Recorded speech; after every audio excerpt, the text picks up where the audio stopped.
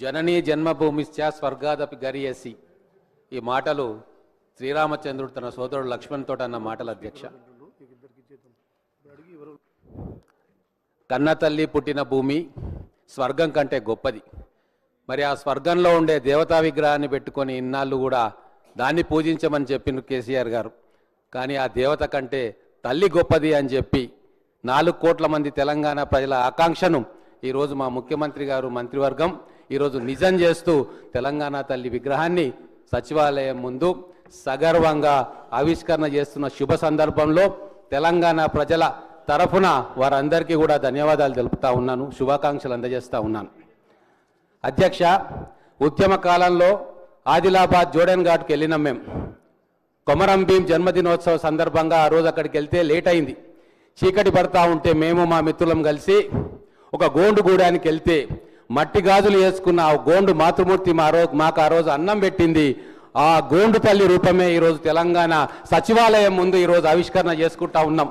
ఇంకో గుర్తు, కరీంనగర్లో ఆ రోజు రహదారిని దిగ్బంధం చేయాలి అని చెప్పి పిలిపిస్తే వేల మంది ఆ రోజు వంట వార్పు చేసుకుంటే మట్టి పిసికే ఒక తల్లి ఆ రోజు మాకు అన్నం పెట్టింది. ఆ మాతృమూర్తి రూపమే ఈరోజు మన సచివాలయం ముందు ఆవిష్కరణ చేసుకుంటున్నాం అధ్యక్ష. సబ్బండ వర్ణాలు, ఆ తల్లుల సేవ, ఆ తల్లులు మా వెంబడి నిలబడి ముందుకు నడిపిన తీరు, వేలాది శిబిరాల్లో కూర్చొని మా పక్కన కూర్చొని పిడికిలెత్తిన ఆ రోజులు ఈ రోజు గుర్తుకొస్తున్నాయంటే 10 సంవత్సరాల పాటు వాటిని మరుగున పడేయాలని చెప్పి దుష్ట శక్తులు ఒక రాజకీయ క్రీడలో భాగంగా పనిచేస్తూ ఉన్నాయి. అధ్యక్ష, ఒక మాట చెప్తే తెలంగాణ ప్రజలు వినాలి అని చెప్పి మీ ద్వారా వారు వినాలని చెప్తా ఉన్నా. సింహం రాయడం నేర్చుకోలేనంత వరకు తోడేళ్లది వేటగాళ్ళదే చరిత్ర అవుతుంది అధ్యక్ష. ఈ 10 సంవత్సరాల కాలంలో తోడేళ్ల వేటగాళ్ళ చరిత్రనే మన మెదడులోకి ఎక్కించే ప్రయత్నం గత పాలకులు చేసిండ్రు. కానీ ఈ రోజు సింహాల చరిత్రను తెలంగాణకు తెలియజేయాలని చెప్పి మన గౌరవ ముఖ్యమంత్రి గారు కంకణం కట్టుకున్నారు. ఎవరా సింహాలు అధ్యక్ష? ఎవరా ఉద్యమ సింహాలు? ఉద్యమాన్ని చేసిన ఆ సింహాలు మన విద్యార్థి నాయకులు, మన విద్యార్థులు, మన ఉద్యోగులు, కార్మికులు, కర్షకులు, సబ్బండ వర్ణాలు. అందుకే ఈరోజు నీలి వర్ణంలో ఒక పీఠం పెట్టుకున్నాం మనం. ఆ సింహాల గుర్తుగా, ప్రాణత్యాగం చేసిన యోధుల గుర్తుగా ఆ ఉద్యమాలు, పోరాటాలు, అమరుల బలిదానం, దానికి సంకేతంగా పీఠంలో బిగించిన పిడికిళ్లను పొందుపరుచుకోవడం జరిగింది అధ్యక్ష.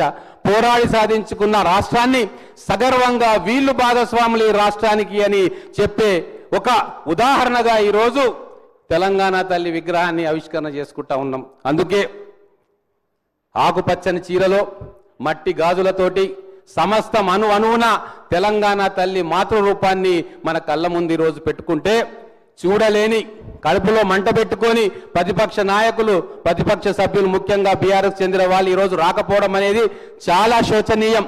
ఇది తెలంగాణ ప్రజలు గమనించాలి. వాళ్ళ చరిత్ర చెప్తుంటే చంకలు గుద్దుకుంటారు, వాళ్ళ గురించి చెప్తుంటే భట్రాజులు పొగుడుతూ ఉంటే ఆహా ఓహో అనిపించుకుంటారు.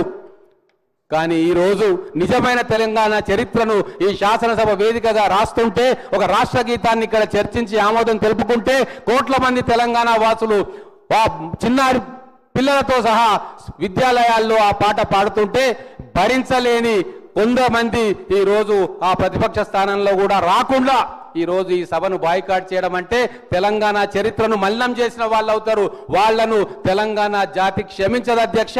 మరొక్కసారి ఇటువంటి మహత్తరమైన కార్యక్రమానికి పూనుకుంటున్న మా కాంగ్రెస్ ప్రభుత్వం ఈ కార్యక్రమానికి స్ఫూర్తిదాయకమైన తన నిర్ణయంతో ఈరోజు తెలంగాణ ప్రజలు స్వేచ్ఛావాయువులు పీల్చుకుంటున్నారు. ఆ తల్లికి కూడా జన్మదిన శుభాకాంక్షలు తెలియజేసుకుంటూ తెలంగాణ జాతి ఉన్నంత వరకు సోనియా గాంధీ గారు చేసిన ఈ రాష్ట్రానికి వారు కల్పించిన ప్రయోగం, రాష్ట్ర సాధనలో వారు తీసుకున్న నిర్ణయాన్ని కొనియాడుతూ మా పొన్నం ప్రభాకర్ గారు ఎప్పుడూ ఒక మాట అంటారు, సోనియా గాంధీ గారిని మనం తలుచుకుంటాం, సోనియా గాంధీ గారు మన గుండెల్లో ఉంటారు, కానీ తెలంగాణకు తనవంతు సాయం అందించిన మా చిన్నమ్మను కూడా తలుచుకోవాలని చెప్పి ప్రభాకర్ గారు ఎప్పుడు అంటూ ఉంటారు. అది మా కాంగ్రెస్ నాయకుల ఒక విశాలమైన హృదయం అధ్యక్ష. ఈరోజు తెలంగాణ తల్లి గురించి మాట్లాడుతుంటే విని తట్టుకోలేని వ్యక్తులు ఈరోజు సభలో లేరు. కానీ మా కాంగ్రెస్ ప్రభుత్వం కానీ కాంగ్రెస్ నాయకులు కానీ తెలంగాణ గురించి శ్రమపడ్డ ప్రతి ఒక్కరికి కూడా ధన్యవాదాలు తెలపడంలో ఎటువంటి సంకోచం లేకుండా మనస్ఫూర్తిగా వాళ్ళ కృతజ్ఞతలు తెలియజేస్తుంది. ఈ సభ కూడా ఆ విధంగానే ఈ సభ నడపబడుతుందని తెలియజేసుకుంటూ నాకు ఈ అవకాశం ఇచ్చినందుకు మీకు ధన్యవాదాలు అధ్యక్ష. అసలైన తొలి వెలుగు. ఫాలో వాట్సాప్ @తొలి వెలుగు official.